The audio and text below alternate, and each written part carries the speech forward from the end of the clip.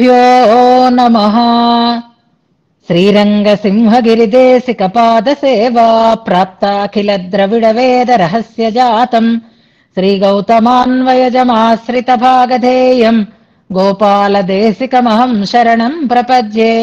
वाधूलान्वयसञ्जातमप्पलार्यतनूभवम् गोपालाचार्यसच्छात्रम् वन्दे वेङ्कटदेशिकम्।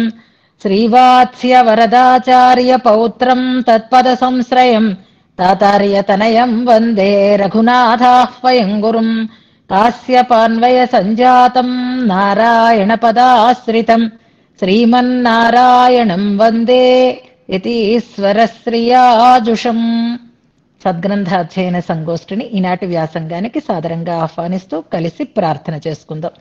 శ్రీపరాశర భట్టార్య శ్రీరంగేశ పురోహిత శ్రీవత్సాంకసుత శ్రీమాన్ శ్రేయసే మేస్తు భూయసే.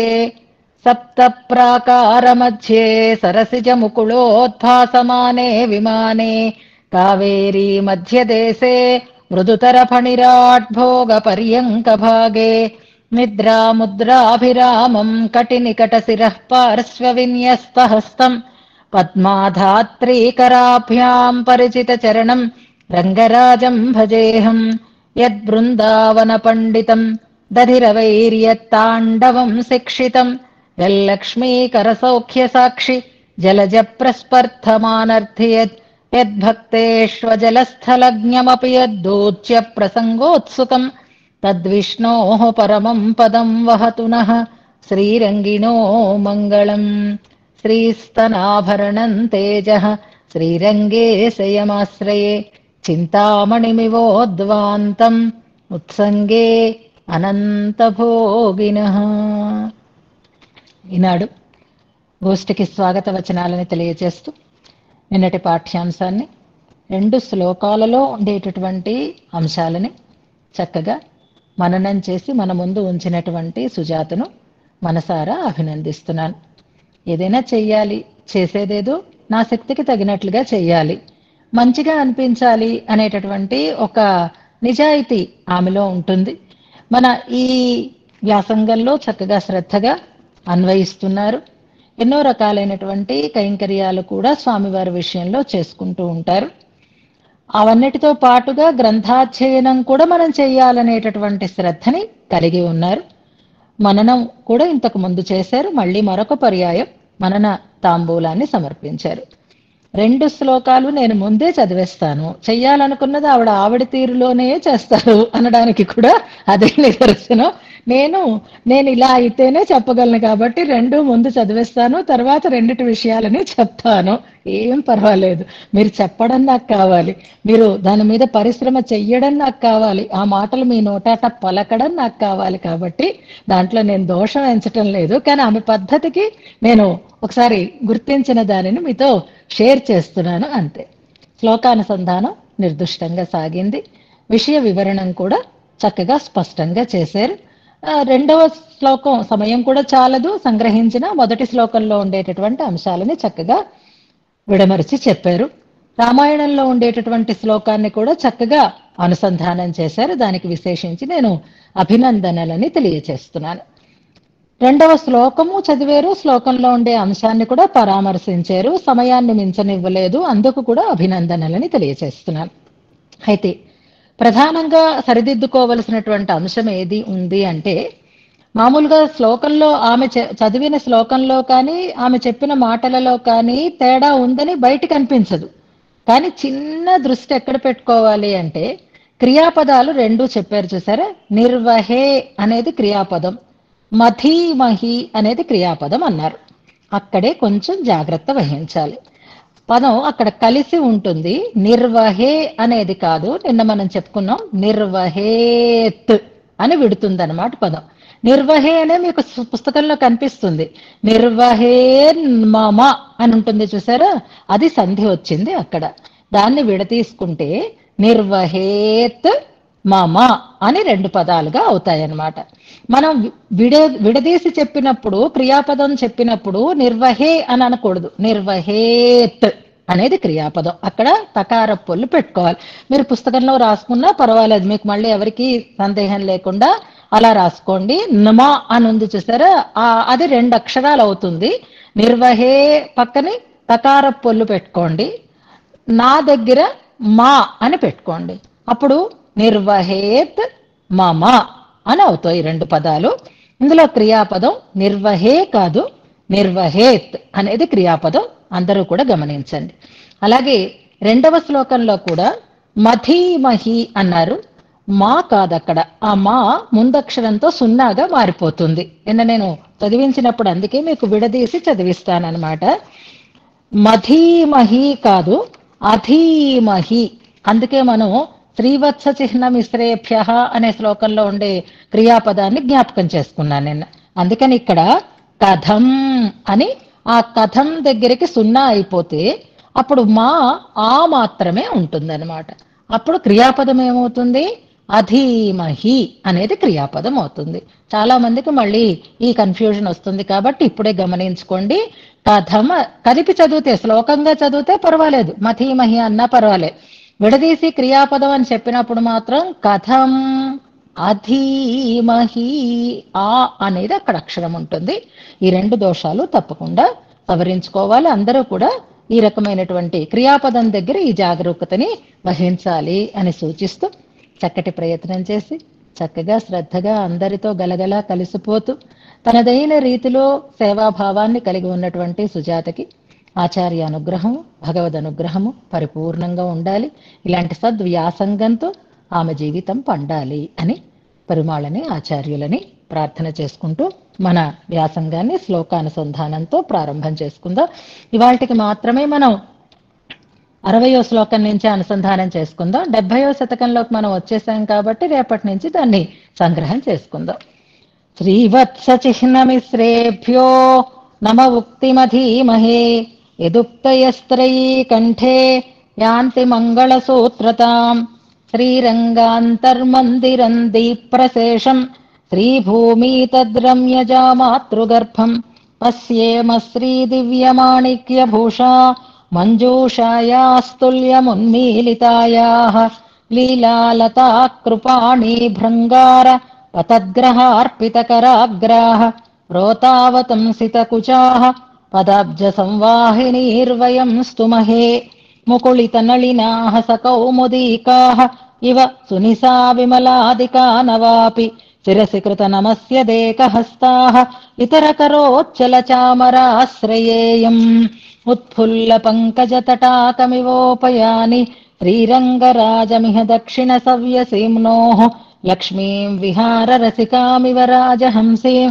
ఛాయామివాభ్యుదయినీమవనీం చ తస్యాః పిబనయన పురస్తే రంగధుర్యాభిధానం స్థితమిహ పరిఫుల్లత్ పుండరీకం తటాకం శ్రియమపి విహరంతీం రాజహంసీమివాస్మిన్ ప్రతిఫలనమివాస్యాః పశ్య విశ్వంభరాం చ సౌశీల్యశీతలమవేల కృపాతరంగ సంప్లావితాఖిలమకృత్రిమ భూమనిమ్నం లక్ష్మ్యా చ వాసితమభూమ విగాహమానాః శ్రీరంగరాజమిష పద్మసరః ప్రసన్నం సింహాసనే కమలయా క్షమయా చ విశ్వమేకాతపత్రయుతుమస్మదసూన్నిషణ్ణం లక్ష్మీ స్వయంవర సనాథిత యౌవన శ్రీ సౌందర్య సంపదవలిప్తమివాలిహీయ ఆపాదమూలమణిమౌళి సముల్ల సంధ్యా స్వాతంత్ర్య సౌహృద తరంగితయా అంగభంగ్య సఖ్యం సమస్త జనచేతసి సందధానం శ్రీరంగరాజమనిమేషమనుశ్రియాస్మా క్షితికమల నివాస కల్పవల్లీ సలీలోల్లుఠన దశ దిశోద్యద్యౌవనారంభజృంభ శ్రమమపహరతాం మే రంగధామేతి తత్తత్ వరమయ ఫలనమ్రః పత్రలః పారిజాతః సంభాషమాణమివ సర్వవశం వదేన మందస్మితేన మధురేణ చ వీక్షణేన దివ్యాస్త్ర పుష్పిత చతుర్భుజమత్యుదారం రంగాస్పదం మమ శుభాశ్రయమాశ్రయాణి ఏతే శంఖగదా సుదర్శన భృతః క్షేమంకరాబాహవః పాదద్వంద్వమిదం శరణ్యమభయం భద్రం చ వో హే జనాః ఇత్యూచుష్య భయంకరే కరతలే స్మేరేణ వక్త్రేణ తత్ వ్యాకుర్వన్నివ నిర్వహేన్మధురం శ్రీరంగ సర్వం సహ అంగైరహం ప్రథమికాచరితాత్మదానైః ఆమోదమాననవయౌవన సావలేపైః హైపారిజాతమివ నూతనతాయమాన శాఖాశతం కథమధీమహి రంగధుర్యం. ఇంతవరకు మనం అర్థంతో అనుసంధానం చేసుకున్నాం. నిన్న మనకి ప్రమాణ తిరట్టు ఏమీ పెద్దగా లేదు, అయినా మనం ఒక పాశురం గురించి ప్రస్తావన చేసుకున్నాం. ఆ పాశురం వీలుంటే ఇవాళ అనుసంధానం చేద్దరు గాని నిన్న చూసి పెట్టారు. మల్లిగై కమర్ష్ తెన్నల్ అనేటటువంటి ఒక దశకంలో ఒక పాశురం, అది మళ్ళీ ఇవాళ ఒకసారి చూసి పెట్టండి, నాకు అది గుర్తులేదు. ఇక ఇవాళ మనం అనుసంధానం చేయడానికి కూడా ప్రమాణ తిరట్టు ఏమీ లేదు, కానీ వ్యాఖ్యానాన్ని అనుసరించి అది 9-9-1 మల్లిగై కమర్ష్ తెన్నల్ అని కాదు, అందులో తూదుసై కణ్గళ్ కొండు ఒన్రు పేసి అని ఉన్న పాదం ఉన్న పాశురం. అది మీరు ఒకసారి వెతకండి, నేను ఊరికనే సందర్భానుసారంగా గుర్తొచ్చి చెప్పాను. ఆ పాశురాన్ని అనుసంధానం చెయ్యాలి. మల్లిగై కమల్ అనేది ఊదుం కుషల్ అని వస్తుంది మొదలు, దానికి ఆ పాశురం పెట్టుకోండి. అలాగే తిరువాయిముడిలోనే ఎంగనేయో అన్నయ్య మీర్హాళ్ అనేటటువంటి పాశురం ఇవాళ మనం చెప్పుకోబోయేటటువంటి శ్లోకానికి సమన్వయం అవుతుంది.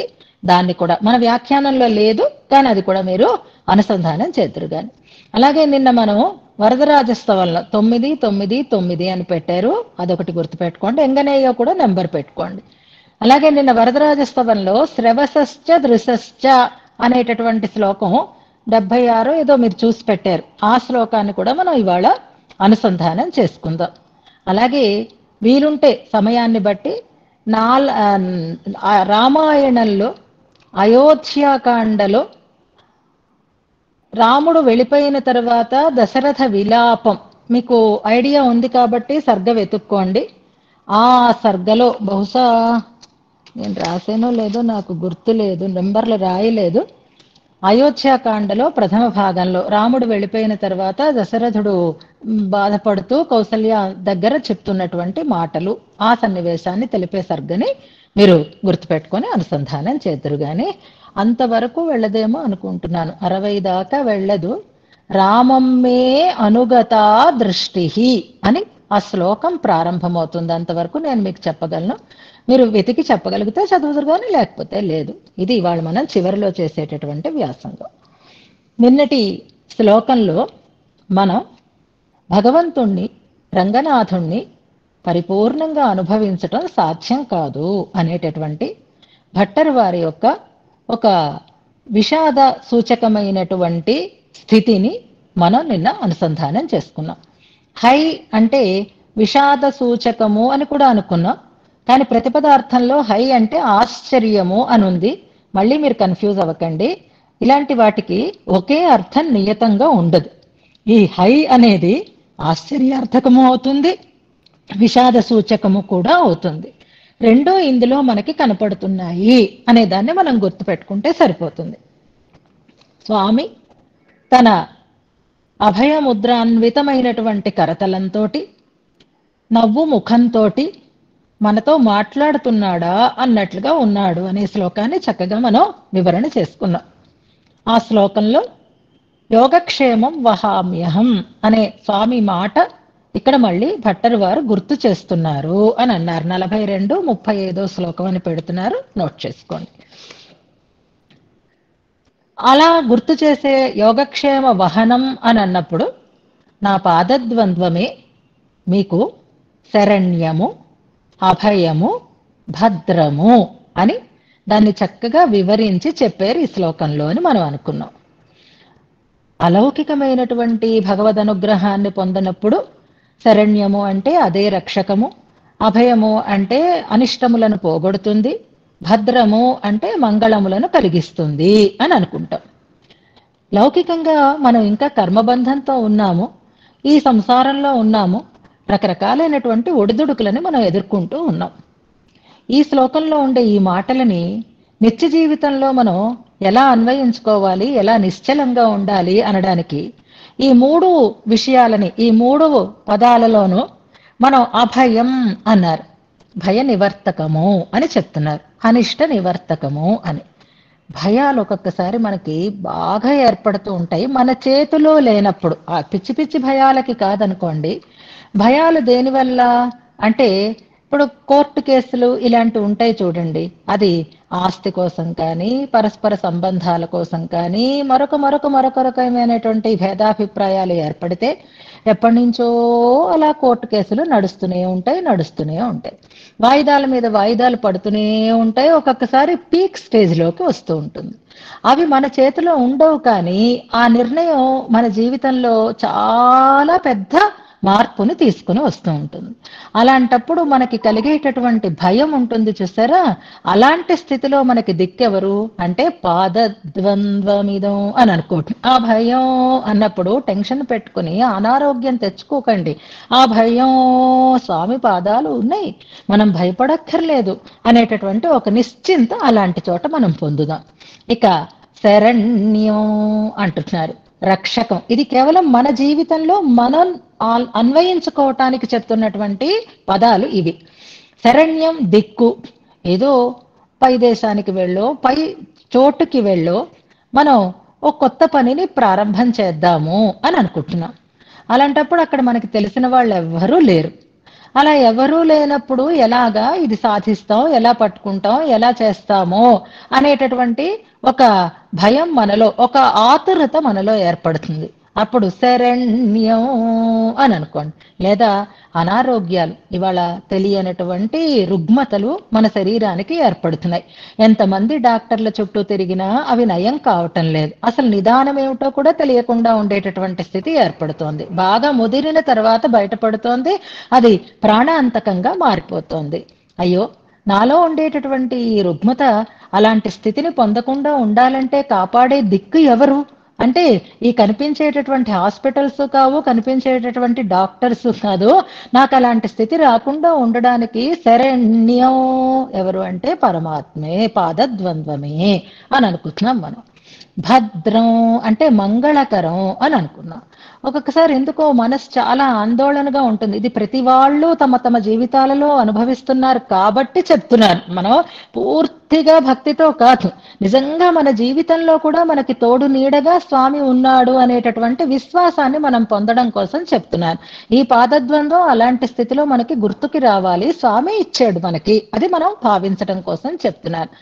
భద్రం అంటే ఎందుకో పడుకుంటే చాలు తెలియని పీడకలలు వస్తూ ఉంటాయి. మనకి ఏది అక్కర్లేదో అవే రకమైనటువంటి సన్నివేశాలు మనకి కనిపిస్తూ ఉంటాయి.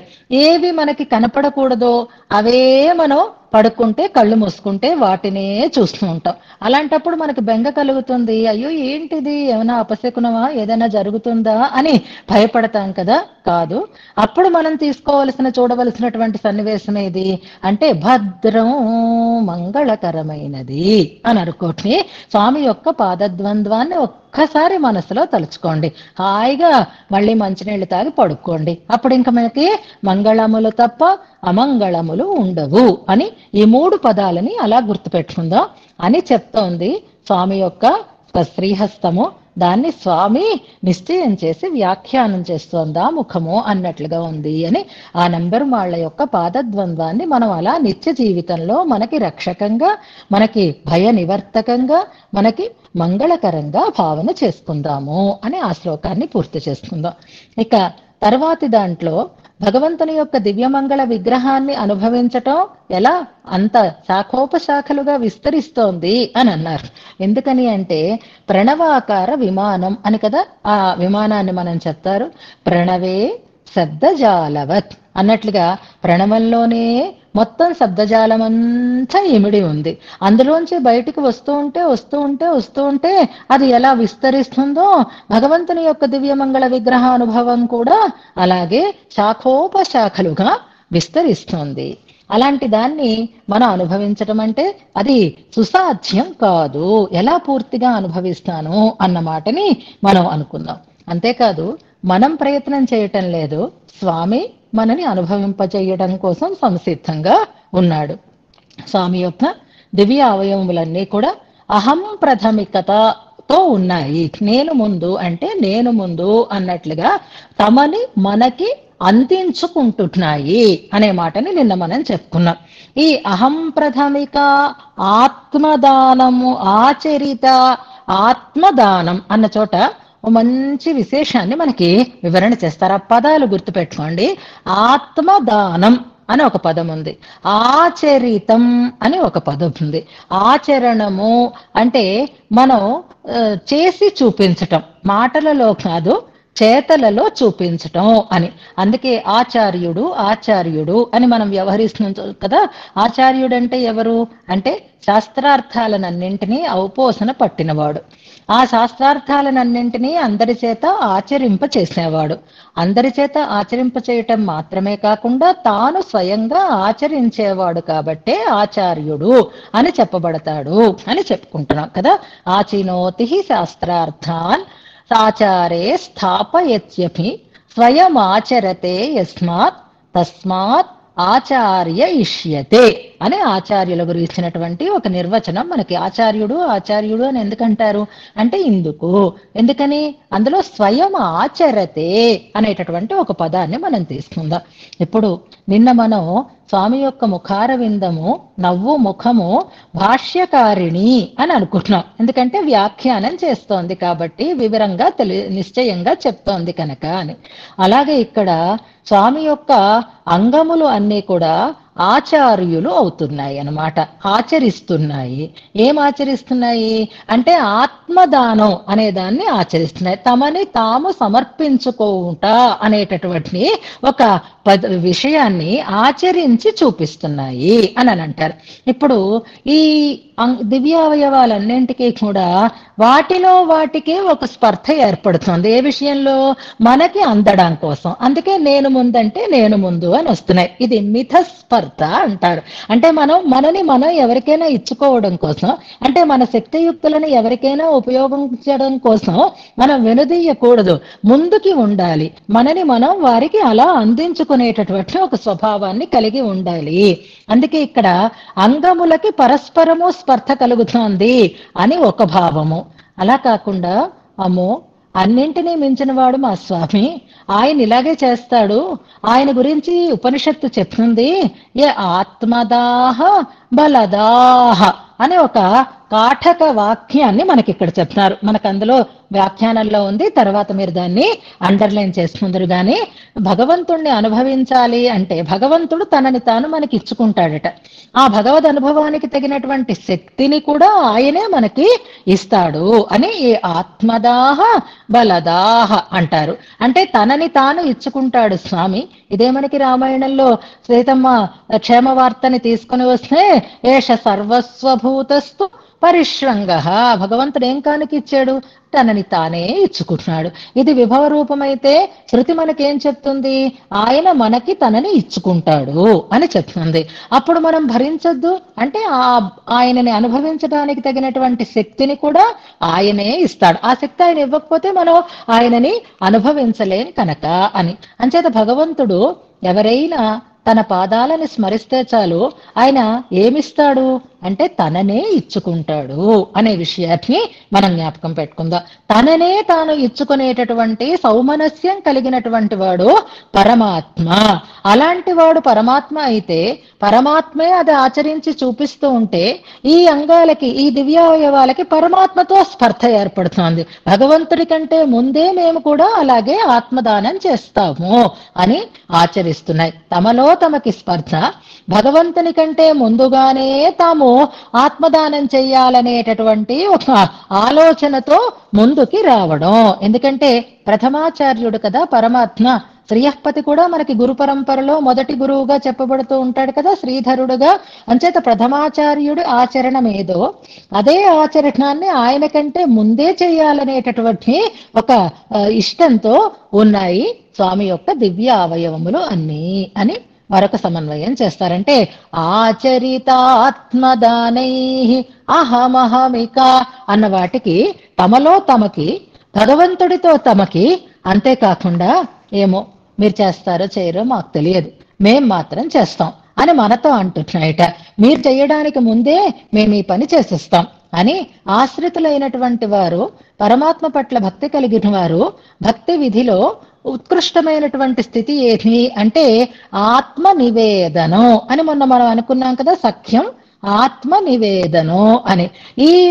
ఈ భక్తులు ఆత్మ నివేదన చేస్తారో చెయ్యరో, మేం మాత్రం ఆత్మ నివేదన చేసేసుకుంటున్నాము, అవి భక్తులకి ఉపయోగపడడం కోసం అని.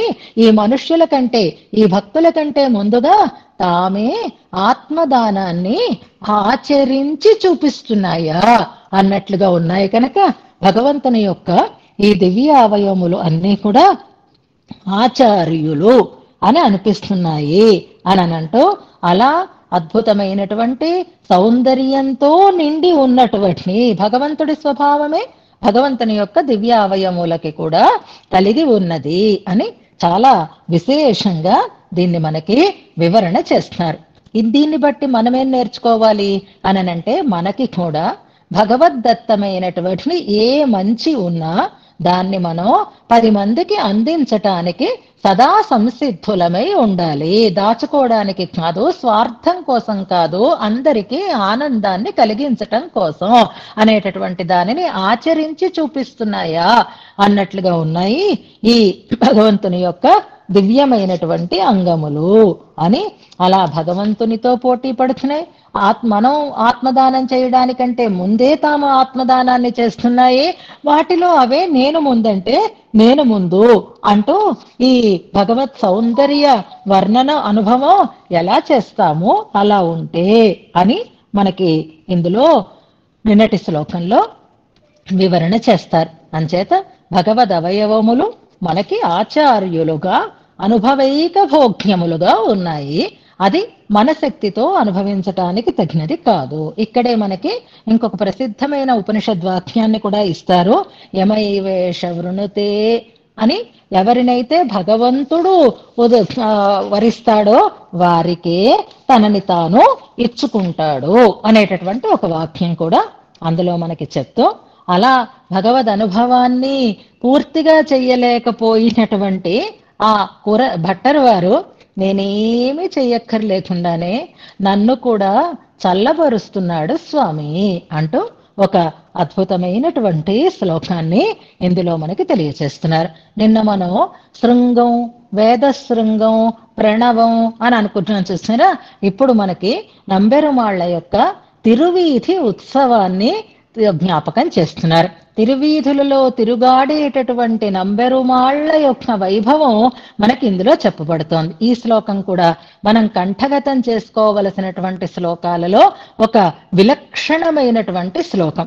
నంబెరుమాళ్ళని సేవిస్తూ ఉత్సవాలలో తిరువీధులలో నంబెరుమాళ్ళని సేవిస్తూ మనం తప్పకుండా పఠించాల్సినటువంటి శ్లోకము ఈ శ్లోకము. ఈ శ్లోకం కొన్ని వ్యాఖ్యానాలలో లేదు అంటారు, కానీ పెద్దలందరూ స్వీకరించారు. అలాంటి ఒక విలక్షణమైన శ్లోకం. ఇంతకుముందు మనం కావేరీం అవగాహిషీయ అనే శ్లోకాన్ని ఎలాగైతే నిత్య జీవితంలో అనుసంధానం చేసుకుందాము అని అనుకున్నామో, అలాగే మాలభారి ప్రపజ్యే అని సుదర్శనుని శరణ వేడదాము అనేటటువంటి శ్లోకాన్ని ఒకటి తెలుసుకున్నాం. అలాగే ఇప్పుడు ఈ శ్లోకం కూడా నిత్యము మనం అనుసంధానం చేసుకోవలసిన, లేదా మనం ఉత్సవాలలో రంగనాథుణ్ణి సేవిస్తూ అనుసంధానం చేయవలసినటువంటి శ్లోకంగా ఈ శ్లోకాన్ని చెప్తారు. దీన్ని జాగ్రత్తగా మనం అనుసంధానం చేసుకుందాం. చాలా అద్భుతమైనటువంటి అందాలు ఇందులో ఉన్నాయి, మనం తెలుసుకుందాం. ఆలోకా హృదయాలవో రసవసాదీశానమీషత్స్మితం ప్రచ్ఛాయాని వచాంసి పద్మనిలయా చేతః శరవ్యం వపుః చక్షుష్మంతి గతాగతాని తయిమే శ్రీరంగ శృంగార తే భావా యౌవనగంధినః కిమపరం సించంతి చేతాంసినః. పెద్ద శ్లోకం అనుకోకండి, సులభంగా మనం అనుభవిస్తూ చదివితే అప్పుడే అయిపోయిందా అని అనేటటువంటి అందం కలిగినటువంటి శ్లోకం ఇది. మరొకసారి చదువుతున్నారు, గమనించండి. నంబెరుమాళ్ళు ఏం చేస్తున్నారు. అందంగా అలంకరించుకొని వేంచేస్తున్నారు. అద్భుతమైనటువంటి నడకలతో ఆయన ఉత్సవం జరుగుతోంది. ఆ దివ్యమైనటువంటి ఆ నడకలని సేవిస్తున్నాం, దివ్యమైనటువంటి అలంకారాన్ని సేవిస్తున్నాం, తిరుముఖ మండలాన్ని సేవిస్తున్నాం, ఆయన యొక్క చిరునవ్వుని సేవిస్తున్నాం. ఇవన్నీ సేవిస్తూ తడిసిపోతున్నాం అన్నమాట మనం అందరం. అలా చెప్తున్నారు భట్టర్ వారిలో. ఆలోక హృదయాలవో రసవసాత్ ఈశానమీషత్స్మితం ప్రచ్ఛాయాని వచాంసి పద్మనిలయాచేతః శరవ్యం వపుః చక్షుష్మంతి గతాగతాని త ఇమే శ్రీరంగశృంగార తే భావా యౌవనగంధినః కిమపరం సించంతి చేతాంసి నః. ఇందులో క్రియాపదం సించంతి అనేది క్రియాపదం. సించేదిమం చ జనమిందిరయా తటిత్వార్ అనేటటువంటి ఒక శ్లోకం మనం చదువుకున్నట్టు గుర్తుంటే చూడండి, లేకపోతే రేపు నంబర్ చూసుకుందాం. ఇందులో సించంతి, సేచనం అంటే తడుపుట అని అర్థం, సించంతి అంటే తడుపుతున్నాయి అని అర్థం. మమ్మల్ని బాగా తడిసిపోయేటట్లుగా చేస్తున్నాయి అని చెప్తున్నారు. పిలుపిందులో సంబోధన ఏది అంటే శ్రీరంగ శృంగార. ఇదొక కొత్త పిలుపు చూడండి. రంగనాథ అనడం సామాన్యం, కానీ ఇందులో రంగధుర్యం, రంగ సర్వం సహ అని అలా నిర్దేశం ఉంది. ఇందులో ప్రత్యేకించి స్వామిని సంబోధిస్తూ చెప్తున్నారనమాట. నిన్న స్వామి మనల్ని పిలిచాడు కదా, హే జనాః అని స్వామి మాట్లాడాడు మనతోటి. అంచేత మనం కూడా స్వామికి అభిముఖులమై ఉన్నాము, ఎదురెదురుగా ఉన్నాం కాబట్టి ఒకరినొకరు పిలుచుకుంటున్నారనమాట. ఇప్పుడు మనం ఈ భట్టర్ వారు ఈ శ్లోకంలో శ్రీరంగ శృంగార, ఎంత అందమైన పిలుపట్నే. శ్రీరంగమునకు శృంగారమే మూర్తీభవించి ఉన్నటువంటి రంగనాథుడు. అందం మూర్తీభవిస్తే, సౌందర్యం మూర్తీభవిస్తే, శృంగార రసఘనం అయితే అదే శ్రీరంగనాథుడు అన్నట్లుగా ఉన్నాడట ఆయన. శ్రీరంగ శృంగార అని పిలిచి చింసించంతి తడుపుతున్నాయి. ఏమిటి తడుపుతున్నాయి అంటే తే భావాహ, నీ యొక్క భావములు అని అంటున్నారు. దాన్ని మనం తర్వాత వివరించుకుందాం. తే భావాహ, నీ యొక్క భావములు. అవి చిన్న చిన్న వాసన వస్తున్నాయ్యా అంటే, వాసన అంటే చెడు వాసన కాదండి. ఈ భావములు అలా అలా అలా ఉద్భవిస్తున్నాయి. వాటిలో యౌవన గంధం పరిమళిస్తోంది. అవి చక్కగా నవత్వంతో కూడి ఉన్నాయి. యౌవన గంధినః భావాః, ఇలా అనడంలో అలుపు లేదు, అలసట లేదు, నిస్సత్తువ లేదు, నిత్య నూతనంగానే ఉంది, నవనవోన్మేషంగానే ఉంది అని అర్థం అనమాట. ఇప్పుడు పిల్లలు ఎలాగైతే ఉత్సాహంగా ఏదంటే అది దాన్ని చేయటానికి సంతోషంగా ఉంటారో, అవును మరి ఈ వయసులో ఉన్నారు కదా, అలాంటప్పుడు నేను ఇలాగే ఉండేదాన్ని, కాస్త 10 ఏళ్ళు గడిస్తే అప్పుడు తెలుస్తుంది ఈ ఆటలన్నీ అని పెద్దవాళ్ళు అయిపోయిన వాళ్ళు ఆ పిల్లల్ని చూసి ఉడుక్కుంటూ ఉంటారు. కానీ ఆ యవ్వనానికి ఉండేటటువంటి ఆ ఉరకలు వేసే ఉత్సాహం అన్నమాట. అందుకే ఈ భావములన్నీ కూడా యౌవన గంధినః అంటున్నారు. యౌవన గంధంతో పరిమళిస్తుంది. యౌవన గంధములు అయి ఉన్నాయి అంటే యౌవన పరిమళంతో కూడి ఉన్నవి అయినాయి. అలాంటి తే భావాః నః, మా యొక్క చేతాంసి హృదయాలని సించంతి తడుపుతున్నాయి అంటున్నారు. ఇందులో ఏ భావాలు, వాటిని పైన 3 వాక్యాలలో మనకి తెలియచేస్తున్నారు, 3 పాదాలలో. ఇప్పుడు ఎలా ఉంది పరిస్థితి అంటే, వెనుకటి శ్లోకంలో భట్టరు వారే నేను ఎలా అనుభవిస్తాను, నాకు ఇది ఎలా సాధ్యం, ఇది పూర్తిగా అవ్వదు కదా అన్నట్లుగా ఒక విషాదాన్ని అంటే అయ్యో అన్నట్లుగా పూర్తిగా పొందలేకపోతున్నామే అనేటటువంటి ఒక కొరతని నిన్న భట్టరు వారి మాటల్లో మనం విన్నాం. భట్టరు వారే అలా అంటే మిగిలిన వాళ్ళందరూ ఏమైపోతారు, నా దగ్గరికి ఎవరు రారు, నన్ను ఎవరు చూడరు, వీళ్ళు ఎందుకు ఇలా నిరుత్సాహపడడం, వీళ్ళని నిరుత్సాహపడకుండా చేయాలి, వీళ్ళని చక్కగా మంచి మాటలతో లాలించాలి అని అనుకున్నాడట. ఈ శ్లోకం ఎలాంటిది అంటే ఆశ్రిత లాలను అంటారు. చూడండి, లాలను అన్న మాట ఎంత బాగుంటుంది.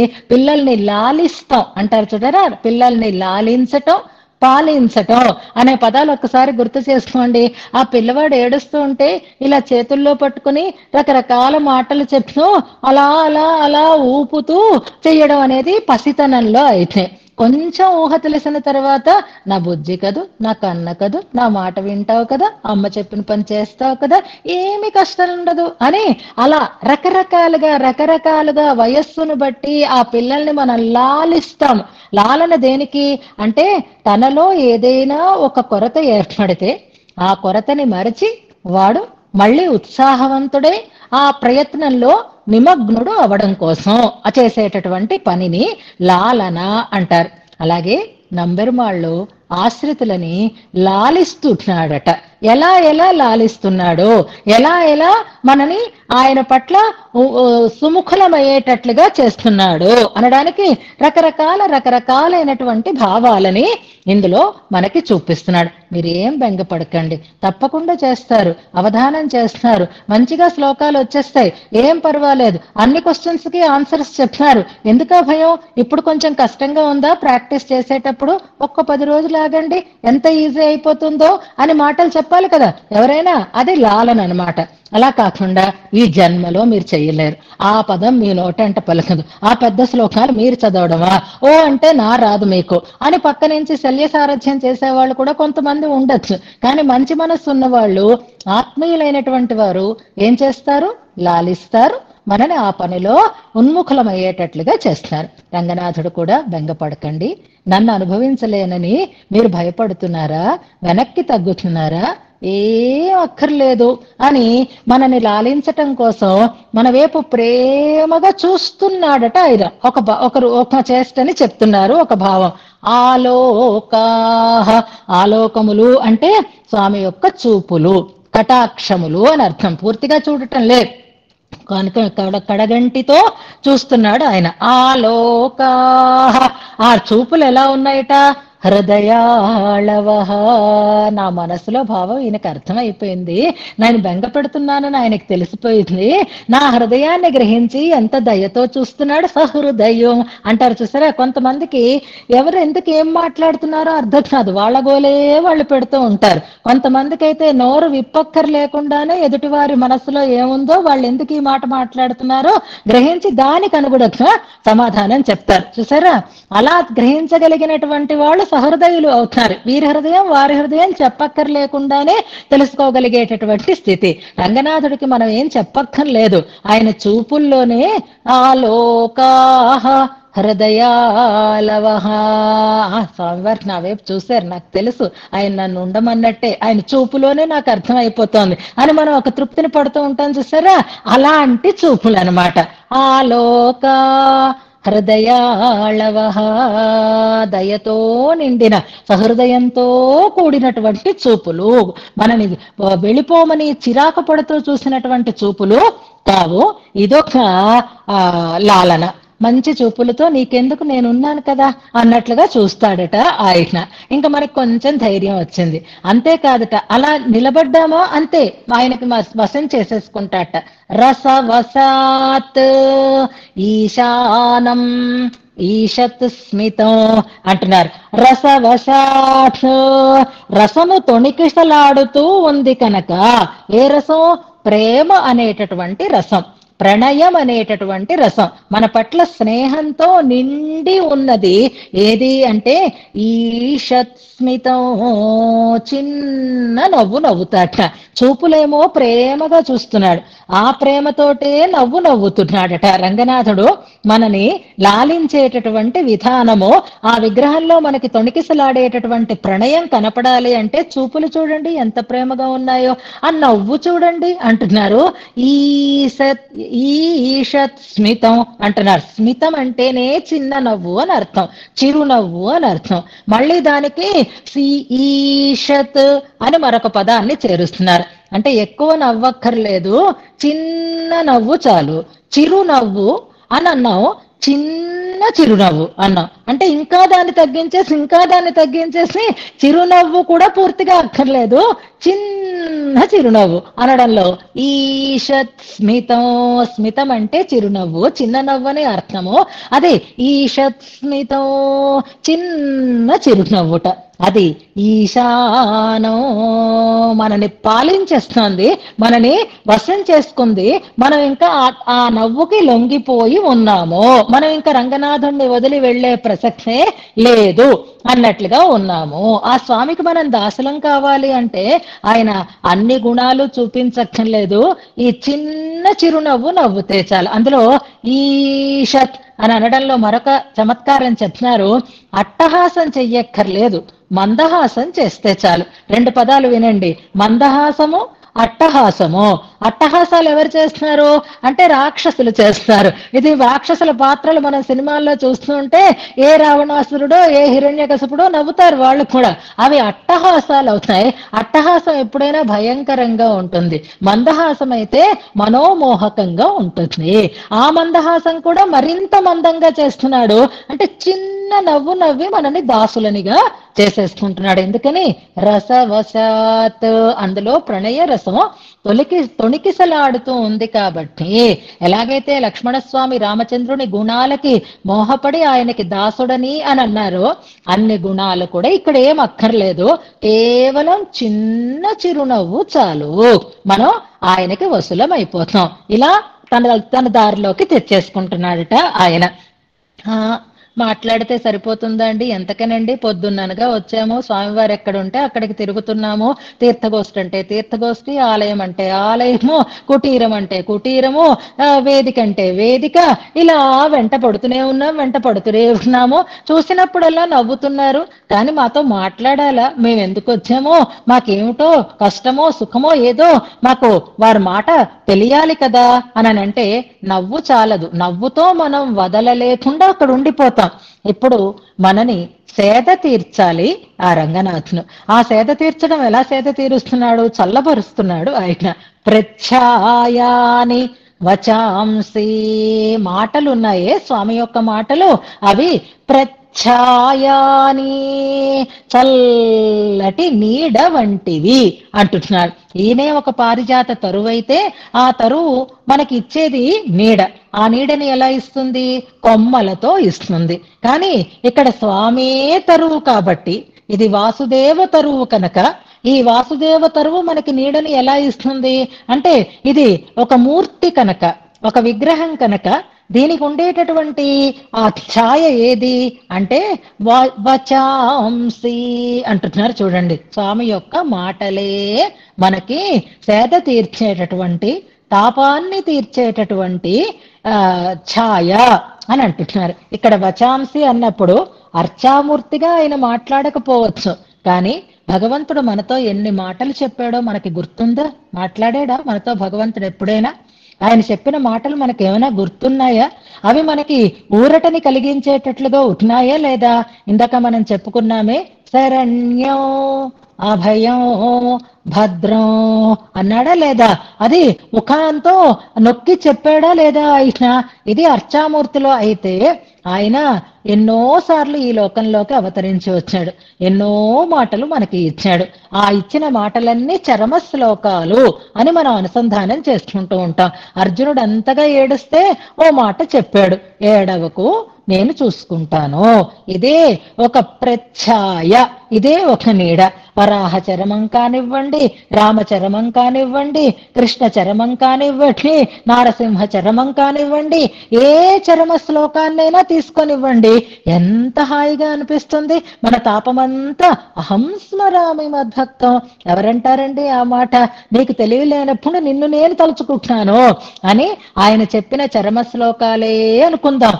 వచాంసి, మాటలు అని అంటే అంతెందుకు, నిన్న మనం చెప్పుకోలేదా, యోగక్షేమం వహామి, ఎంత ఊరట వస్తుంది, నీకెందుకు నేను చూసుకుంటా అనేవాళ్ళు ఒక్కళ్ళు ఉంటే చాలండి, మనకి ఎంత బెంగ లేకుండా ఉంటుంది, ఎంత హాయిగా ఉంటుంది.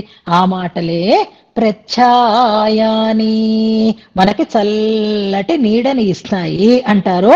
మనని సేద తీర్చేటటువంటి నీడలే ఆయన మాటలు అని అన్నారు. ఇంకా ఇన్ని చేస్తూ ఉంటాడు. ఆయన దివ్యమంగళ విగ్రహం ఉంది చూసారా, అద్భుతమైనటువంటి అందం తొణికిసలాడుతూ ఉంటుంది. ఎందుకు ఎప్పుడు అంతలా అలంకరించుకుని ఉంటాడు ఆయన అంటే, ఎప్పుడు దొరుకుతున్నా ఎప్పుడు ఆ లక్ష్యఛేదనం చేద్దామా అని ఎదురు చూస్తూ ఉంటాడట ఆయన. పద్మ నిలయాచేతః శరవ్యం వపుః, పద్మ నిలయ, కమల నివాస, ఇలాంటి పదాలు మనకు వస్తున్నాయి కాబట్టి ఇక్కడ కమల నివాస, క్షితి కమల నివాస అని అక్కడ వచ్చింది. ఇక్కడ పద్మ నిలయ అని. పద్మ నిలయా చేతః, చేతః అనే పదం మనకి ఈ శ్లోకంలో 2 సార్లు వస్తుంది, గమనించండి. చేతాంసి అని బహువచనం, మన మనస్సులు అని. పద్మ నిలయా చేతః, పద్మాదేవి యొక్క చేతస్సు అంటే మనస్సు. ఆ మనస్సుని సరవ్యం, లక్ష్యంగా కలిగినదిట. వపుహు, స్వామి యొక్క దివ్యమంగళ విగ్రహం. అంటే ఈ దివ్యమంగళ విగ్రహం దేన్ని లక్ష్యంగా చేస్తుంది? అమ్మవారి యొక్క మనస్సుని లక్ష్యంగా చేసుకుని ఉంది. అంటే అమ్మవారి మనస్సుని అపహరించటమే లక్ష్యంగా కలిగినటువంటి అందమైన దివ్య మంగళ విగ్రహం. అందుకే శ్రీరంగ శృంగార అనేటటువంటి సంబోధన మనకి కనిపిస్తుంది. ఇదంతా కూడా మనకి స్వామి ఉత్సవంలో స్వామి యొక్క దివ్య వైభవాన్ని తెలియజేసేటటువంటి సన్నివేశాలే ఇవన్నీ కూడా. ఉత్సవమూర్తిని చాలా అద్భుతంగా అలంకరిస్తారు, రకరకాలైనటువంటి ఆభూషణాలతో అలంకరిస్తారు. ఇప్పుడు చూసింది మరొక ఉత్సవానికి అలంకారం అంతా మారిపోతూనే ఉంటుంది, కొత్తగా కనిపిస్తూ ఉంటాడు స్వామి. ఇంత అందం ఈ వపువు అంటే ఈ శరీరము, ఈ దివ్యమంగళ విగ్రహము దేనికోసం ఇంత అందంగా అంటే అమ్మ మనస్సుని కొల్లగొట్టడం కోసం.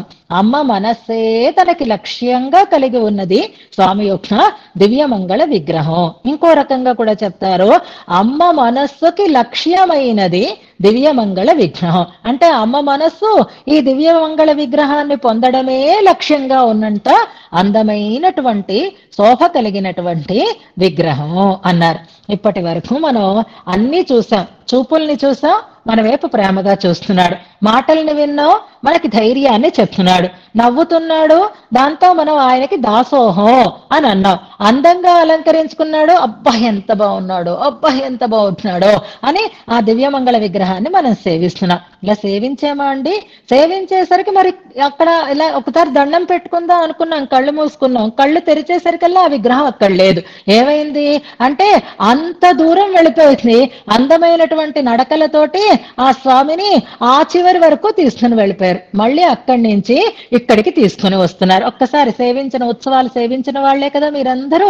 ఆ స్వామి యొక్క ఆ అద్భుతమైనటువంటి ఆ నడకలని చూడండి. చక్షుష్మంతి గతాగతాని, రాకపోకలు అంటారు. ఎంత అందంగా నడిపిస్తారో, ఎంత అద్భుతంగా స్వామి మనకి దర్శనమిస్తాడో. ఓ ఓ చెప్పక్కర్లేదు, నడక చక్రవర్తి అని కదా ఆయనను అంటాం మనం. నడయాడేటటువంటి అద్భుతమైనటువంటి సౌందర్యం అని రంగనాథుడు మనం చెప్పుకోవాలి. ఇక్కడ చక్షుష్మంతి గతాగతాని, నీ రాకపోకలున్నాయే స్వామి, వీటికి కళ్ళున్నాయ్యా అంటున్నారు. చక్షుష్మంతి అనే పదం దగ్గర మనం ఒక్క క్షణం ఆగుదాము. స్వామి యొక్క ఉత్సవ వైభవాన్ని తెలుసుకుందాము, స్వామి యొక్క నడక వైభవాన్ని మనం తెలుసుకుందాము. ఆ చక్షుష్మంతములు అంటే మామూలుగా మనకి చెప్తారు కదా, కేయూరాన విభూషయంతి అనేటటువంటి ఒక శ్లోకం జ్ఞాపకం చేసుకుంటే, ఇవేవి అలంకారాలు కాదు, మనకి అలంకారమైనది ఏదో వాగ్భూషణం భూషణం అన్నట్లుగా ఇక్కడ స్వామి యొక్క ఈ నడకలకి కళ్ళు ఉన్నాయా అన్నట్లుగా అనిపిస్తుంది. శ్లోకం ఎలా ప్రారంభమైంది? ఆలోకా, చూపులు అన్నారు. చూపులు ఎక్కడి నుంచి వస్తాయి? నేత్రాల దగ్గర నుంచి వస్తాయి. చక్షువులు అంటే నేత్రములు. ఇప్పుడు మళ్ళీ వెనక్కి వెళ్ళలేదు, వెళ్లాల్సిన అవసరం లేదు అనుకున్నారు. ఆయన నేత్ర సౌందర్యాన్ని చూడాలి అంటే నేత్రాల తిరుముఖ మండలంలోనే కాదండి, ఆ నడకలకి కూడా నేత్రాలు ఉన్నాయి అని అంటున్నారు ఇందులో. అది తమాషాగా ఏం చెప్తారు అంటే, పడుకున్నాడు, కళ్ళు మూసుకొని పడుకున్నాడు, కళ్ళు మూసుకొని పడుకున్నవాడు ఎక్కడా జారి పడకుండా ఇంత అందంగా ఎలా నడుస్తున్నాడు అంటే బహుశా అక్కడ కళ్ళు మూసుకుని ఉన్నాడు, కానీ ఇప్పుడు ఈ నడకలకే కళ్ళు కలిగేయా అన్నట్లుగా ఉన్నాయి అనే తమాషా అన్నమాట. అంటే మూలమూర్తికి ఉత్సవమూర్తికి భేదం లేదు. రంగనాథుడు ఎలా ఉంటాడు? పడుకొని ఉంటాడు. ఇప్పుడు ఈ పడుకున్నటువంటి ఆ విగ్రహం ఇక్కడ నడుస్తుంది. నడుస్తుంటే మనకి భ్రమ, నిద్రలో నడుస్తారు కొంతమంది, వాళ్ళకి అలవాటు ఉంటుంది చూడండి. నిద్రలో వాళ్ళు నడిచి వెళుతూ ఉంటే అసలు వాళ్ళు చేతనమా అచేతనమా అనే కూడా తెలియదు మనకి. వాళ్ళు అలా వెళ్ళిపోతారు, మళ్ళీ వచ్చి హాయిగా పడుకుంటారు. ఇలా నడుస్తున్నాడా లేక చూసుకుని నడుస్తున్నాడా హాయిగా అనంటే, కళ్ళున్న వాళ్ళు ఎంత జాగ్రత్తగా నడుస్తారో అంత జాగ్రత్తగా నడుస్తున్నాడట ఆయన. కళ్ళు లేకపోతే తడువుకుంటూ నడుస్తాం. కానీ ఈ గతాగతములు, ఈ నడకలకి కళ్ళు ఉన్నాయి అని అనిపిస్తోంది. ఎలాగా అంటే చూసే వాళ్ళ కళ్ళన్నీ కొల్లగొట్టేశాయి ఆ అందమైనటువంటి నడకలు అంటారు. ఇక్కడ చక్షుష్మంతి గతాగతాని, కళ్ళప్ప చెప్పి అలా చూస్తూ ఉండిపోతాం స్వామి తిరువీధిలో. స్వామి యొక్క ఆ నడక సౌందర్యాన్ని ఇప్పుడు మన కళ్ళన్నింటినీ ఎవరికి సొంతం చేసేసాం?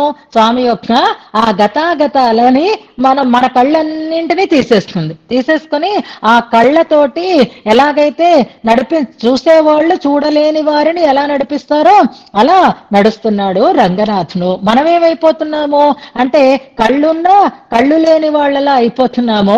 ఆనందంతో తన్మయులం అయిపోతున్నాం. మనం జడులం అయిపోతున్నాము.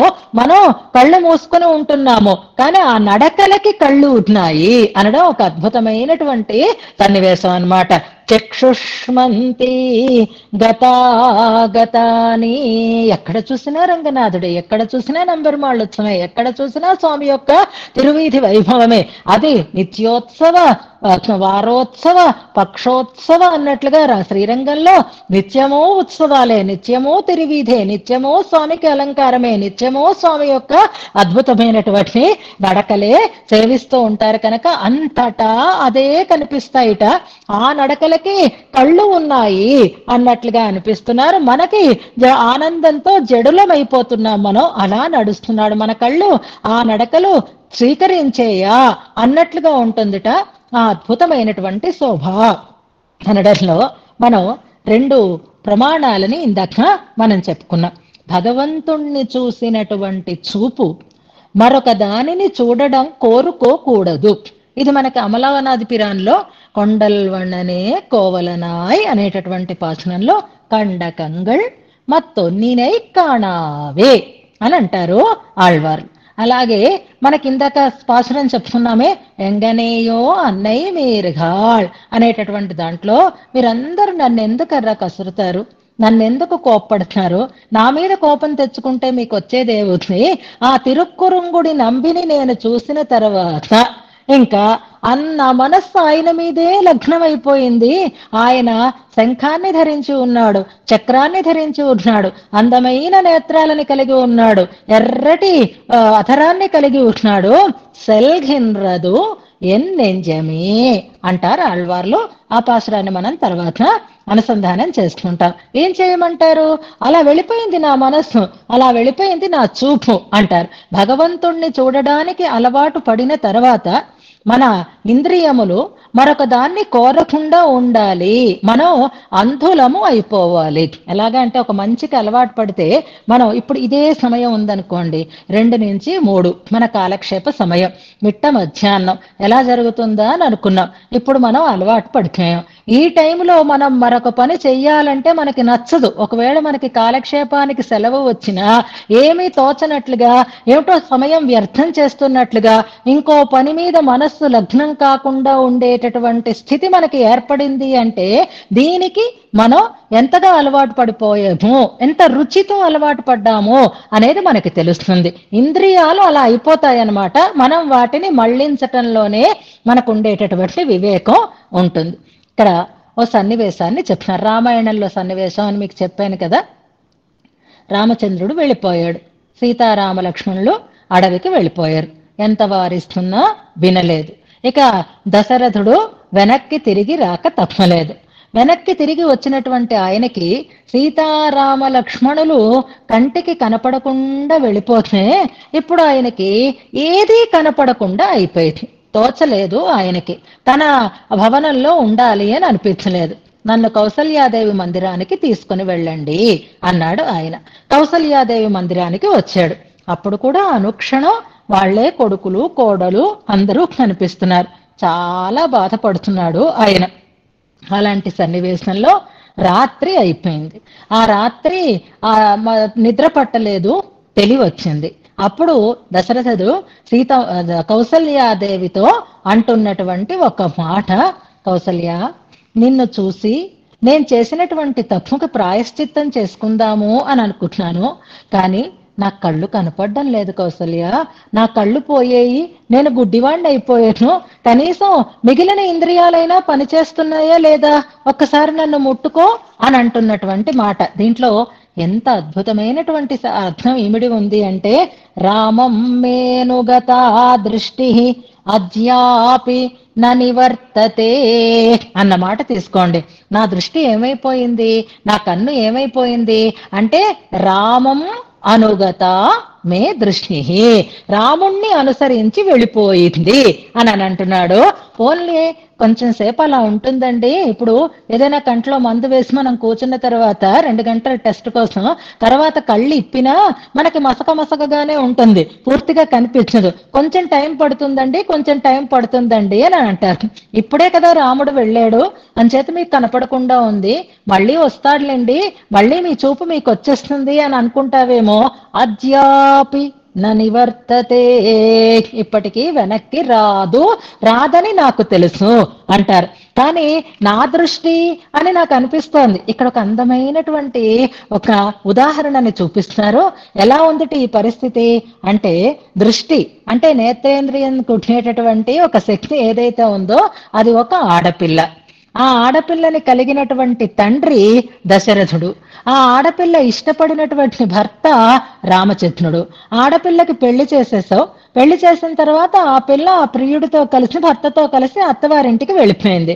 కానీ ఈ తండ్రికి ఇంకా మా అమ్మాయి అనేటటువంటి ఒక ఆశ వదలలేదు. అందుకని మా అమ్మాయి వస్తుందా, అబ్బో పెళ్లి చేసుకుని, అందులో లవ్ మ్యారేజ్ అండి, కోరి పెళ్లి చేసుకుందండి, ఎందుకు వస్తుంది అని అనిపిస్తోంది. కానీ నాది నాది నాది అనేటటువంటి ప్రేమ కనిపిస్తుంది. ఇప్పుడు దశరథుడి సంగతి కూడా అలాగే ఉంది.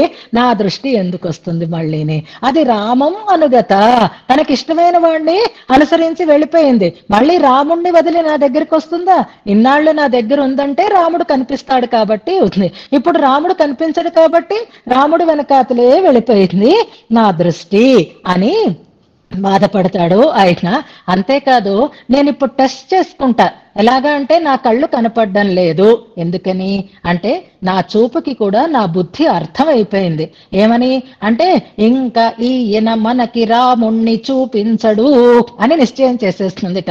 నిశ్చయం చేసుకున్న తర్వాత రాముణ్ణి చూసిన కళ్ళతో మరొకళ్ళని చూడడం ఇష్టం లేక ఆ కన్ను రాముడు వెనకాతల వెళ్ళిపోయింది అంటారు. భగవంతుణ్ణి చూసినటువంటి ఆ అనుభవంతో ఇతర విషయ అనుభవానికి మన ఇంద్రియాలు ఇష్టపడకుండా ఉండేటటువంటి స్థితికి మనం రావాలి అనడానికి ఇదొక నిదర్శనం. రాదు మరింక నాది రాదు, నా దృష్టి నాకు రాదు. ఎంచేత అంటే ఖచ్చితంగా చెప్తున్నాను, నత్వాం పశ్యామి కౌసల్య, నువ్వు నాకు కనపడ్డం లేదు అంటున్నాడు. అక్కడే ఉంది ఆవిడ. కాకపోతే నాకు ఒక చిన్న టెస్ట్ చేసుకోవాల్సింది. ఎందుకంటే కౌసల్య అని అంటున్నాను కాబట్టి నా నోరు పడిపోలేదు, నోరు పనిచేస్తుంది. కానీ నా కన్ను కనపడటం లేదు. నా చెవి వినపడుతోందా లేదా అంటే, మీ చేస్తున్న శబ్దాలు నాకు వినపడుతున్నాయి. నా ఘ్రాణం ఇంకా నేను టెస్ట్ చేసుకోవాలి. ఒకసారి ఈ చర్మం, ఈ త్వగింద్రియం పనిచేస్తుందా లేదా అని సాధు మాం పాణినా స్పృశ, కౌసల్య నువ్వు ఒక్కసారి నన్ను ముట్టుకోవా అంటున్నాడు ఆయన. సాధు మాం పాడినా స్పృశ. ఎంత బతిమాలుతున్నాడు! ఎందుకంటే కౌసల్యాదేవి ఏ స్థితిలో ఉందండి? ఇలాంటి వాడి వల్ల కదా నాకు లేక లేక కలిగినటువంటి ఆ సంతానం దూరమైంది అని కోపం తెచ్చుకునేది కాదు కౌసల్య. నన్ను నువ్వు ముట్టుకో అనడం ఎంతవరకు ఉచితం? ఎందుకంటే కైకేయిని ప్రియ భార్యగా కలిగినటువంటి నన్ను నువ్వు ముట్టుకో అనడం కూడా తప్పే. నేను ఇంతవరకు చేసిన తప్పులు చాలు, ఇప్పుడు ఇంకా నిన్ను అలా నేను అడగకూడదు. కానీ నువ్వు ప్రేమ కలిగిన దానివి, నిన్ను నా భార్యగా ముట్టుకోమని అనటం లేదు. ఎలా? రాముని తల్లిగా నన్ను స్పృశించు అంటున్నాను. నువ్వు నన్ను ముట్టుకుంటే రాముడి స్పర్శ నాకు కలిగినంత ఆనందం కలుగుతుంది అని అంటారు. ఆ దొంగ దోచుకుని వెళ్ళిపోయేటప్పుడు కొన్నింటిని తీసుకుని కొన్నింటిని విడిచిపెట్టి వెళ్ళిపోయినాడా అన్నట్లుగా ఉంది నా పరిస్థితి. నా నేత్రేంద్రియం ఆయన వెనకాతలు వెళ్ళిపోయింది, మరి తిరిగి రాదు. నా త్వగింద్రియమైనా పనిచేస్తోందా లేదా అని నేను చూసుకోవాలి. ఒక్కసారి నన్ను ముట్టుకోవా? ఎందుకంటే నేను ప్రాయశ్చిత్తం చేసుకుందాం అనుకుంటున్నాను. కైకేయిని చూసినటువంటి కళ్ళతో నిన్ను చూసి నేను చేసినటువంటి తప్పుకి ఒక ప్రాయశ్చిత్తం జరుగుతుంది అనుకుంటే చూసే యోగ్యత నాకు లేకుండా అయిపోయింది. అంచేత ఈ వస్తువు సముద్రంలో పడిపోయింది, మరి దొరికేటటువంటి అవకాశం లేదు. కనీసం నీ స్పర్శ అయినా రామచంద్రస్వామి స్పర్శగా నాకు ఊరటని ఇస్తుంది కనుక ఒక్కసారి నన్ను ముట్టుకోవా అని ప్రార్థన అడుగుతున్నాడు, బతిమాలతాడు దశరథుడు కౌసల్యాదేవిని. అంటే ఇప్పుడు ఆయన దృష్టి ఏమైపోయింది? లేకుండా అయిపోయింది. ఇప్పుడు అలా ఉన్న దృష్టి పోవడం భగవంతుని యొక్క దర్శనం పట్ల ఉండేటటువంటి ఆతృతతో భగవంతుని వెంబడించటం అన్నమాట. అలాగే ఆ నంబెరుమాళ్ల యొక్క గతాగతములు, ఆయన యొక్క ఆ నడకలు ఎలా ఉన్నాయో రాకపోకలు, వాటి విషయంలో మన దృష్టి కూడా అలాగే వాటితో వెళ్ళిపోతుంది. అందుకే చక్షుష్మంతి గతాగతాని అంచేత ఆ రాకపోకలన్నీ కలిగినవి. రాకపోకలకే కనులు వచ్చేసాయి. మన కనులనంతరినీ మన దృష్టినంతటినీ తనతోటి తీసుకొని వెళ్ళిపోయేవి అవుతున్నాయి. అందుకే కళ్ళు చక్కగా ఉన్నాయి కాబట్టే సక్రమంగా వెళుతున్నాయి, తడుముకోకుండా వెళుతున్నాయి, హాయిగా అటు ఇటు నిశ్చలంగా తిరుగుతున్నాయి అంటారు. ఎంత అందమైనటువంటి భావన చూడండి. ఇదంతా కూడా భగవంతుణ్ణి చూసి మంచిని చూసాక చెడుకి మనం ఎప్పుడూ సంసిద్ధంగా ఉండకుండా ఉండాలి అనే దాన్ని దీనిలో మనకు చెప్తున్నారు. అంచేత స్వామి నేత్రాల దాకా వెళ్ళక్కర్లేదు, స్వామి రాకపోకలలోనే ఆ చక్షువులని మనం దర్శించవచ్చు. పడుకున్నవాడు ఎంత అందంగా నడుస్తున్నాడో అంటారు. నిద్రాళు నాపి నిహిత నియతం నిహితాహ కటాక్షాహ అనేటటువంటి ఒక శ్లోక పాదం గుర్తు చేసుకోండి. ఎక్కడో విన్నట్టుంది కదా, ఏ స్తోత్రంలోది? ఇది బాగా తెలిసిన శ్లోకమే, మీరందరూ నేర్చుకున్న శ్లోకమే. నిద్రాళు నాపి. మీరందరూ ఇప్పుడు ప్రశ్న చేస్తున్న పని కూడా అదే. ఏమో అమ్మగారికి ఇవాళ 3:20కి ఎగ్జిట్ అవ్వక్కర్లేదా ఏంటి, ఇంకా కంప్లీట్ చేయటం లేదు, మన వీడియో ఆన్ చేసుకుని ఉన్నాము అందుకని నిద్రపోకూడదు అని పాపం కనురెప్పలు పైకి తీసుకొని పుస్తకం వైపు చూస్తూనే ఉంటున్నారు మీరందరూ కూడా. నిద్రాళు నాపి, కళ్ళు నిద్రతో వాలిపోతున్నప్పటికీ కూడా నియతో నిహితాహ కటాక్షాహ. ఎందులోది? ఇది గోదాస్తుతిలో శ్లోకం, గుర్తుపెట్టుకోండి అమ్మా. దక్షిణ దిక్కంటే ఆయనకి చాలా ఇష్టం. దక్షిణాపి పరిపక్త్రిమ పుణ్యలభ్యాత్ సర్వోత్తరా భవతి. నిద్ర లేచి మనం దక్షిణ దిక్కు వైపు అసలు చూడకూడదు, కానీ రంగనాథుడు దక్షిణం దిక్కు వైపే చూస్తాడు, ఏమరుపాటు లేకుండా చూస్తాడు. నిద్రపోతున్న కళ్ళతో కూడా చూసేది దక్షిణ దిక్కు వైపే అని అంటారు. అలాగా నిద్రపోతున్నవాడు తడుముకోకుండా అడ్డు లేకుండా అందంగా నడుస్తున్నాడు అంటే అది ముఖంలో ఉండేటటువంటి నేత్రాలు కాదు, ఆయన నడకలకే కళ్ళు వచ్చాయి అనేటటువంటి అందాన్ని చూపిస్తూ స్వామి యొక్క తిరువీధిలో ఆ స్వామి సంచారానికి ఉండేటటువంటి అందాన్ని మనకి తెలియజేస్తున్నారు. చక్షుష్మంతి గతాగతాని. అలాంటి ఈమె ఇలాంటి ఎన్నో భావములు, అలాంటివి ఏవి అంటే ఇందులో చూపులని గురించి చెప్పారు, మందస్మితాన్ని గురించి చెప్పారు, మాటలని గురించి చెప్పారు. ఇవన్నీ అనుభావములు అని అంటారు. దివ్యమంగళ విగ్రహం గురించి చెప్పారు, అది విభావనము అని అంటారు. అలాగే స్వామి యొక్క నడక సౌందర్యాన్ని గురించి చెప్పారు, అది ఉద్దీపన విభావనం అంటారు. అలంకారికమైనటువంటి ఒక ప్రక్రియలో చెప్తున్నారు. అలంకార శాస్త్రంలో చెప్పినటువంటి శృంగార రసోత్పత్తి హేతువులైనటువంటి భావములను అన్నింటినీ ఇందులో పొందుపరుస్తున్నారు భట్టర్ వారు మనకి.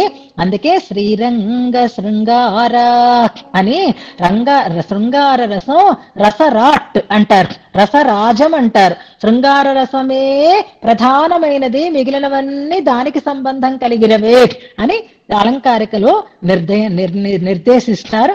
అలాంటి అద్భుతమైనటువంటి శృంగార రసము మూర్తీభవించినట్లుగా ఉండేటటువంటి ఓ స్వామి, తే భావాహ, ఈ భావములన్నీ కూడా సించంతి చేతాంసి నహ, ఇప్పుడు మనని లాలించడం కదా చేస్తున్నాడు స్వామి. రకరకాలైనటువంటి చేతలతో, చేష్టలతో, మాటలతో, చూపులతో ఆయన మనని లాలిస్తున్నాడు. మీకేం భయం లేదు, రండి రండి, నేనున్నాను కదా, నేను చూసుకుంటాను కదా అని అంటున్నాడు కదా. మనం ఎలాంటి వాళ్ళం అంటే సించంతి చేతాప్సి అనడంలో రాయి ఉందనుకోండి, బండరాళ్ల మీద ఎంత వర్షం పడితే మాత్రం అందులోంచి ఏదైనా చిన్న మొలక వస్తుందా, లేకపోతే రాయి మెత్తబడుతుందా చెప్పండి? రాయి మెత్తబడము ఉండదు, నీరు పడడం వల్ల, నీటితో తడవడం వల్ల రాయి అంకురించటము ఉండదు. మా మనస్సులు ఎలాంటివి అనుకుంటున్నావయ్యా స్వామి? అలాంటి బండరాళ్ల లాంటి హృదయాలు మావి, కులిస కఠోరములు అంటారు. అలాంటి కఠినమైనటువంటి మా హృదయాలని కూడా తడిపేస్తున్నాయ్యా. అంటే మా హృదయాలు కూడా మెత్తబడేటట్లుగా చేస్తున్నాయి నీ ఈ భావములు అని ఒక అర్థం. అంటే కఠినమైనటువంటి వారిని కూడా తన వైపు తిప్పుకోగలిగేటటువంటి వైభవం కలిగినది అని ఒక విషయం. అలా కాకుండా శుష్కాలుగా ఉన్నాయి, ఎండిపోయి ఉన్నాయి మా హృదయాలన్నీ కూడా. అంతగా ఎండి వడలి వాడిపోయి ఉండేటటువంటి మా హృదయాల మీద నీ యొక్క ఈ రకమైనటువంటి భావములన్నీ మా హృదయాలని తడుపుతున్నాయి. అంటే ఆ ఎండుతనం లేకుండా మళ్ళీ పచ్చగా అంకురించేటట్లుగా చేస్తున్నాయి అనంటూ స్వామి యొక్క అద్భుతమైన సౌందర్య వైభవాన్ని, స్వామి యొక్క తిరువీధి మహోత్సవంలో స్వామి యొక్క అద్భుతమైనటువంటి సన్నివేశాన్ని ఈ శ్లోకంలో మనకి తెలియజేస్తున్నారు. తిరువీధిలో స్వామిని సేవించినప్పుడు ఆయన చూపులని, ఆయన స్మితాన్ని, ఆయన అలంకారాన్ని, ఆయన మాటలని, ఆయన నడకలని అన్నింటినీ మనం అనుభవిస్తూ మనస్సు ఆర్ద్రమై ఆ మనసారా స్వామి యొక్క అనుభవాన్ని మనం చెయ్యాలి అని ఈ శ్లోకంలో మనకి భట్టర్ వారు తెలియజేస్తున్నారు. ఈ శ్లోకం కూడా నేర్చుకుందాం. ఈ శ్లోకాన్ని ఎప్పుడూ రంగనాథుడి యొక్క ఉత్సవాలలో మనం అనుసంధానం చేసుకుంటూ ఉత్సవాన్ని సేవించాలి అని పెద్దలు మనకి తెలియజేస్తారు. దీన్ని మనం ఉపదేశాత్మకంగా అనుసంధానం చేసుకుందాం.